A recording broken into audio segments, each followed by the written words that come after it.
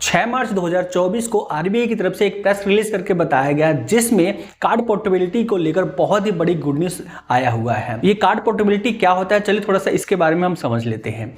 जैसे कि मान लीजिए आप अभी किसी भी कंपनी का सिम यूज कर रहे होंगे, लाइक जियो, वोडाफोन या फिर बीएसएनएल या फिर एयरटेल का, तो उसे आप दूसरे नेटवर्क में पोर्ट कर सकते हैं। इसके बारे में तो आपको पता ही होगा कैसे होता है, इसके बारे में भी मैक्सिमम लोगों को पता ही होगा कि आप जियो का पहले से सिम यूज़ कर रहे हैं तो नंबर आपका वही रहेगा, लेकिन उसे आप वीआई में या एयरटेल में कन्वर्ट कर सकते हैं, चेंज कर सकते हैं। तो यही होती है पोर्टेबिलिटी। तो ये फीचर अब आपको क्रेडिट कार्ड में भी देखने को मिल जाएगा।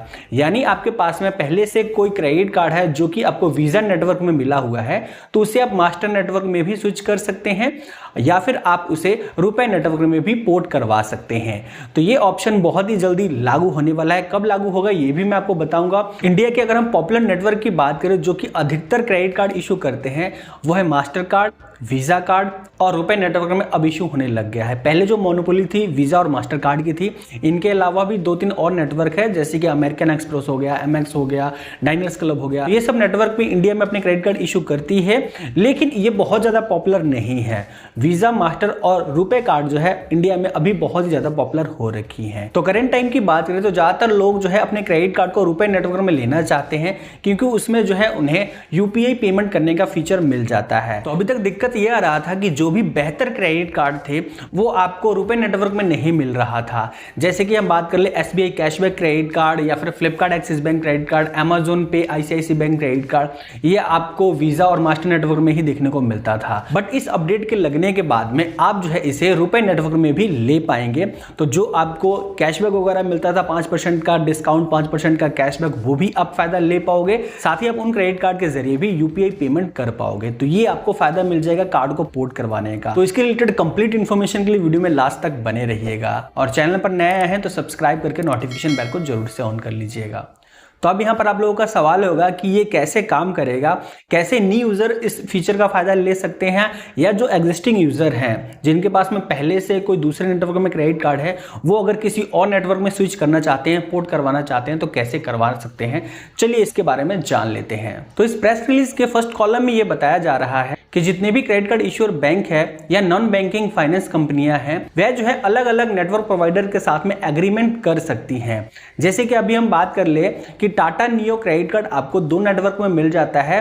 एक तो रुपए नेटवर्क में भी आपको ऑप्शन मिल जाता है और वीजा नेटवर्क में भी ऑप्शन मिल जाता है। तो चॉइस आपकी होती है कि आप किस नेटवर्क में से अप्लाई करना चाहते हैं। तो इसी तरह का फीचर जो है अब आपको दूसरे क्रेडिट कार्ड में भी देखने को मिल जाएंगे।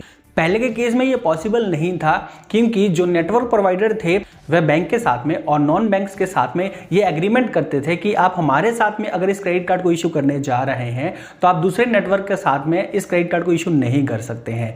तो ऐसा उनका एग्रीमेंट बनता था।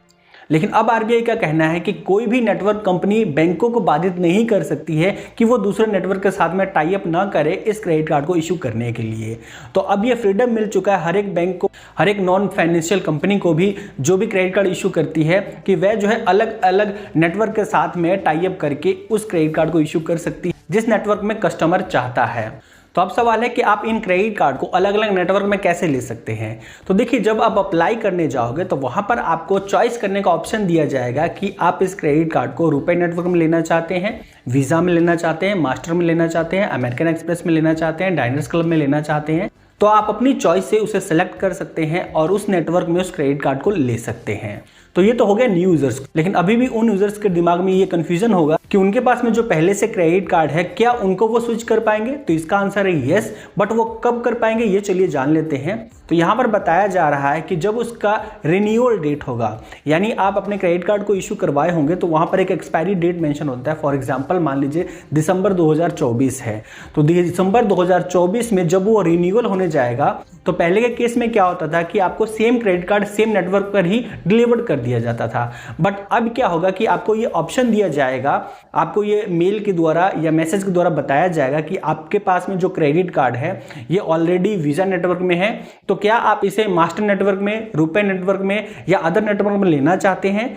तो अगर आपको चाहिए होगा तो आप वहां पर अपना रिक्वेस्ट दे सकते हैं और वो जो क्रेडिट कार्ड है आपके अपने चॉइस के नेटवर्क के साथ में आपको डिलीवर्ड कर दिया जाएगा। तो जितने भी ऑथराइज्ड कार्ड नेटवर्क है वो यहाँ पर मेंशन है, जैसे कि American express, diners club international limited, master card Asia, national payment corporation of India, रुपए और वीजा नेटवर्क वर्ल्ड लिमिटेड जो है ऑथराइज्ड कार्ड नेटवर्क है। यानी आप जो है इनमें से किसी भी नेटवर्क में अपने क्रेडिट कार्ड को इश्यू करवा सकते हैं। बट ये जो आरबीआई गाइडलाइंस है उन पर लागू नहीं हो। जिन बैंकों या नॉन बैंकों ने 10 लाख से कम या 10 लाख तक अपने कार्ड को इश्यू किए हैं, ये गाइडलाइंस उन पर लागू नहीं होगा। इसी के साथ एक और बात कही गई है कि जो खुद का क्रेडिट कार्ड इश्यूअर है वो खुद के ही नेटवर्क के साथ में अपने क्रेडिट कार्ड इशू करते हैं, तो उस पर भी आरबीआई का ये जो गाइडलाइंस है लागू नहीं होगा। जैसे कि अमेरिकन एक्सप्रेस जो है एक बैंक भी है और अमेरिकन एक्सप्रेस के थ्रू ही वो अपने क्रेडिट कार्ड को इशू करती है, यानी बैंक भी वो खुद का ही है और नेटवर्क भी उनका खुद का ही है। तो ये जो गाइडलाइंस है उनके ऊपर लागू नहीं होगा, क्योंकि देखिए आप किसी को ये बाधित तो नहीं कर सकते हो कि आप अपना ब्रांड चेंज करके दूसरे ब्रांड के साथ हमें इस प्रोडक्ट को दीजिए। तो ये चीजें अमेरिकन एक्सप्रेस के ऊपर लागू नहीं होंगी। लेकिन आप दूसरे बैंक का क्रेडिट कार्ड यूज करते हैं, फॉर एग्जांपल आप आईसीआईसी बैंक का क्रेडिट कार्ड यूज करते हैं, तो आईसीआईसी बैंक ने मास्टर कार्ड के साथ जो एग्रीमेंट है वो कर रखा है, वीजा नेटवर्क के साथ भी कर रखा है, रुपए नेटवर्क के साथ भी कर रखा है और अमेरिकन एक्सप्रेस के साथ भी कर रखा है। तो आप इन चारों प्रोवाइडर का क्रेडिट कार्ड इनसे ले सकते हैं, यानी जो भी एग्जिस्टिंग कार्ड है इनके पास में, ये गाइडलाइंस लागू होने के बाद में जब आप अप्लाई करने जाओगे तो आपको ये ऑप्शन दिया जाएगा कि आप इन चारों में से किस नेटवर्क में इस क्रेडिट कार्ड को लेना चाहते हैं। तो उस टाइम आप अपना चॉइस का नेटवर्क सेलेक्ट करके उस क्रेडिट कार्ड को ले सकते हैं। तो अब सवाल आता है कि ये जो गाइडलाइंस है कब से लागू हो जाएगा, क्या अभी से ही ये गाइडलाइंस लागू हो जाएंगे क्योंकि 6 मार्च को इसका अपडेट आ चुका है। तो ऐसा नहीं है। यहाँ पर बताया जा रहा है कि इस गाइडलाइंस को लागू होने के लिए जितने भी बैंक्स या नॉन बैंक्स हैं वो सब अपना प्लानिंग कर ले, जिसके लिए उन्हें 6 मंथ का टाइम दिया गया है। यानी बात करें तो अभी मार्च का महीना है, तो सितंबर एंड तक जो है आपको ये जो फीचर है मिल जाएगा। तो आरबीआई की तरफ से कार्ड पोर्टेबिलिटी को लेकर जितने भी नए अपडेट आए थे वो सब मैंने आपके साथ में शेयर कर दिया। आई होप आज का ये इन्फॉर्मेशन आपके लिए हेल्पफुल रहा होगा और वीडियो आपको पसंद आया होगा। वीडियो पसंद आया तो लाइक करके शेयर जरूर से कर दीजिएगा।